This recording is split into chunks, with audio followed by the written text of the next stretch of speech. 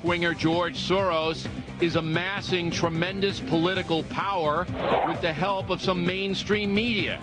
We'll have a Factor investigation. Factor has been investigating far-left billionaire George Soros, a man who wants to impose a radical left agenda on America. And under the radar, he is making great progress.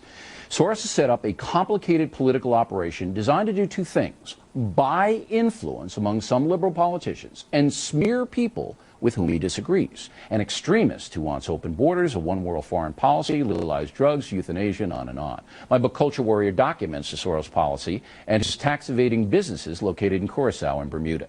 Monica, begin with you. Did I leave anything out?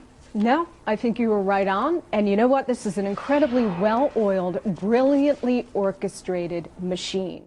Here he is on his re-elect Barack Obama. Get involved. Launching attackwatch.com. This is the president's website. The president is using that brilliant mind and Harvard education to find new ways to fight off terrorist attacks. No, not actually. No.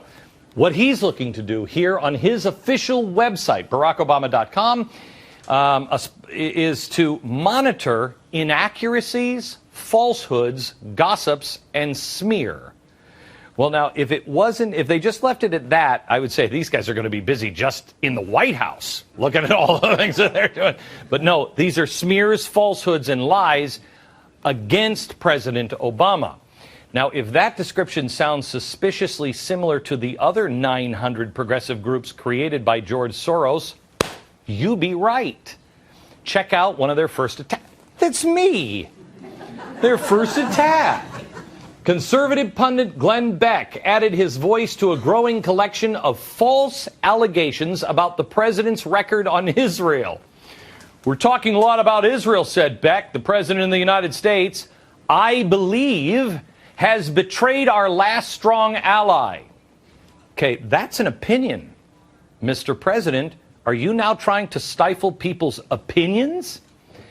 The website says get the facts about President Obama's ironclad commitment to Israel's security. Yeah, when he claps them in iron. Yeah, that's true. Then share the truth with your friends. That's what it says here. But you'll notice that when you click on this stuff, guess who they're listing as a source? The George Soros funded Media Matters. Now, hang on just a second. I have to see if I get this one right. They said I was a conspiracy theorist because I said the president was in league with George Soros and Media Matters to destroy enemies of the White House. And yet here it is on their own site. Somebody at Attack Watch should call Attack Watch because I think they may be conspiracy theorists.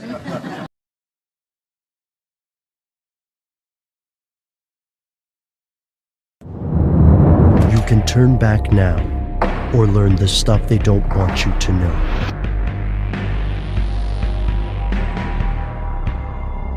Here are the facts. Public opinion is big business. As of 2011, there were more than 7,000 public relations firms in the United States alone. These companies work on behalf of corporations, trade organizations, or individuals who hope to put a positive spin on their image. Whether it's a celebrity trying to salvage his or her reputation after a meltdown, a musician promoting an album, or business combating negative press, chances are you've recently encountered PR work and you might not have known. There's no denying the importance of this multi-billion-dollar industry, but what exactly is it? How does it work? And who invented it? Here's where it gets crazy. The art of modern public relations can be generally traced to one man, Edward Bernays. There were other earlier innovators, but none altered the social landscape of North America as profoundly. Born in Vienna, Austria in 1891, Bernays' family moved to New York City about a year after his birth. He was the nephew of Sigmund Freud, and like his uncle, Bernays was captivated by the convoluted processes of the human mind. Bernays often consulted his uncle's work, and he was the first to incorporate psychology and other social sciences into PR. Yet where Freud sought to uncover motivations, Bernays sought to mask them, and Bernays' clients were companies rather than individuals. For example, one of his early cases involved Lucky Strike cigarettes in the 1920s. The American Tobacco Company asked him to expand sales. Women would be an ideal market, but there were problems. First, women didn't care for the green packaging of Lucky Strikes, and the manufacturer concluded that changing the color was too expensive. Second, it was taboo for women to smoke in public. Bernays took a unique approach to these obstacles. First, he recommended that if the packs must stay green, they should make green the premier color of the fashion season.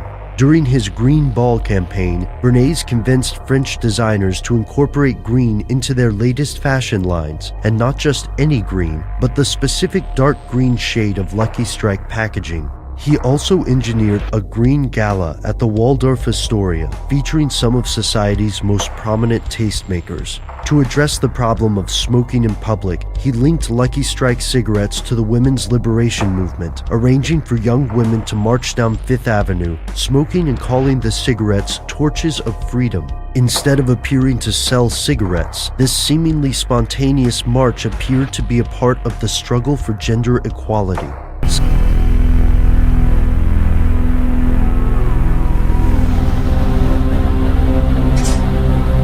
Aldous Huxley, the author of A Brave New World, he said in an interview back in 1958 that the social engineers of the future, they will figure out a way to enslave us by tricking us and conditioning all of us into thinking that we are actually free. This was also well thought out and researched by the father of propaganda, Edward Bernays, who in his 1928 book, Propaganda, Bernays wrote, "If we understand the mechanisms and motives of the group mind, it is now possible to control and regiment the masses according to our will without them knowing it."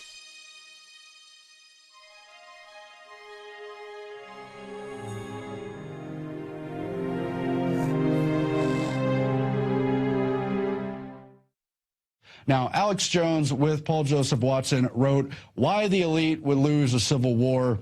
It is a part 2. In the part 1, they explain why the elite are seeking a civil war.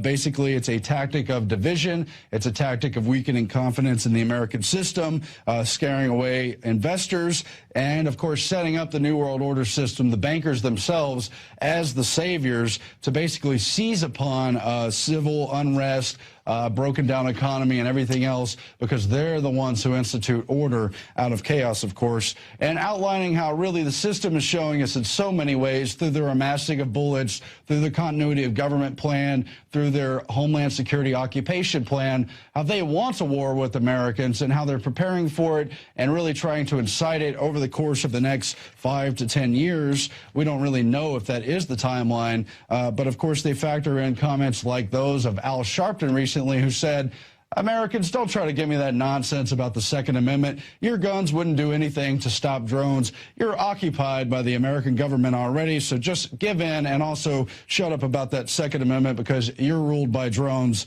Well, history does not show that to be the case, and in spite of increasing technological diversionary tactics, of increased domination through the system, using drones, using tactical nukes, using perhaps a biochemical weapon, whatever, we see throughout history, in spite of all that, and in spite of huge standing armies, that resistance itself is its own force. It's difficult to deal with. And even in the case of Iraq, where you had 17,000 troops trying to block the roads, they couldn't quite do it. In Afghanistan, no empire has ever been able to defeat those mountain people, not necessarily the Taliban, those who are actually engaged in some form of terrorism, but the whole of the people who said they don't want to be occupied by any empire and that they know the land and that as long as they resist, basically we've been unable to defeat them, even though their numbers are maybe 25,000 at the most, and we have hundreds of thousands of troops in those countries, and in the general area we have superior weapons.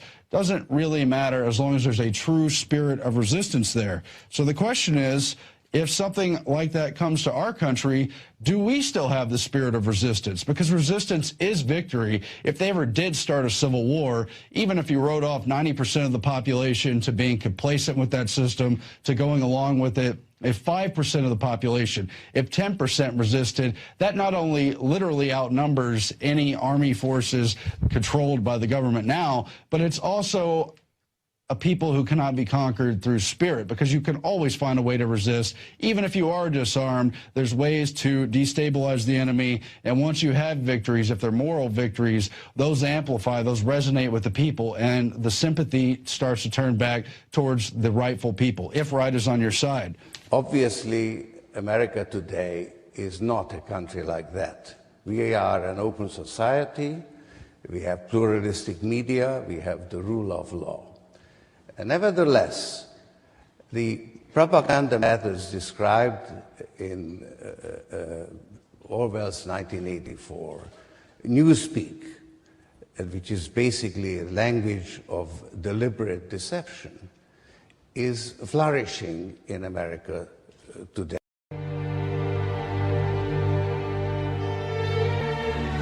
Clenching my jaw to taste the blood of a lost cause, invading the body, the prophecy of Amen Ra. Of course, the force applied defies the lost pride, multiplying sanity times by and find why.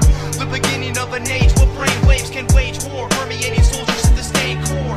Evolving from the primitive beings once contained within the realm commonly known as home, with blown minds, infiltrated phone lines, paranoia clouds of thought present the intent to vent. We've been sent to change the world of mind at a time, combine the signs to find the sands of time. Capture my life within a pile of tears after my first birth, translated to the margin of this one man's quest.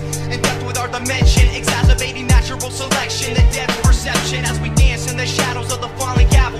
Travel astral projections, inspect the nexus, correctly assess the text to turn a blind eye. With figures of speech, a mission to reach your mind.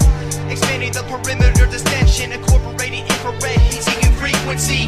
The regency depends on the path of which we approach, as man's hope shall encroach. The masterminds behind these rhymes remaining in the world of words and the soundscape we paint. It's a world we're trying to elevate. We elaborate and concentrate to present our intent to create. The masterminds behind these rhymes remaining in the world of words and the soundscape we paint. It's a world we're trying to elevate. We elaborate and concentrate to present our intent to create. Words keep on slipping, my mind keeps on tripping, spinal fluid dripping and ache in my chest, until I release the rhymes which are poisonous to the young and ignorant. Disfiguring my temperament takes control, which is released through my mind flow. Save it for the show, ill mathematical magical tactics for the misinformed. Scratch this, dark hallways that continue to wander, the light at the end, nothing left to ponder. The somber memories, fake friends who pretend to be the best thing you've ever seen. Leave me alone, you can't listen to what I've shown. Step back from this microphone and stand alone. I don't need anyone to show me the sun, the right direction. I've already read this section. I'm electing Hayden to run these beats, and he's depending on me to throw this heat, to defeat MCs and leave enemies at my feet. So grab a seat and shut your you know what, leave you twisted not knowing which way is up. I told you my anger takes control. Grab a hanger and tear open your cerebro. The masterminds behind these rhymes remaining in the world of words and the soundscape we paint. It's a world we're trying to elevate. We elaborate and concentrate to present our intent to create. The masterminds behind these rhymes remaining in the world of words and the soundscape we paint. It's a world we're trying to elevate. We elaborate and concentrate to present our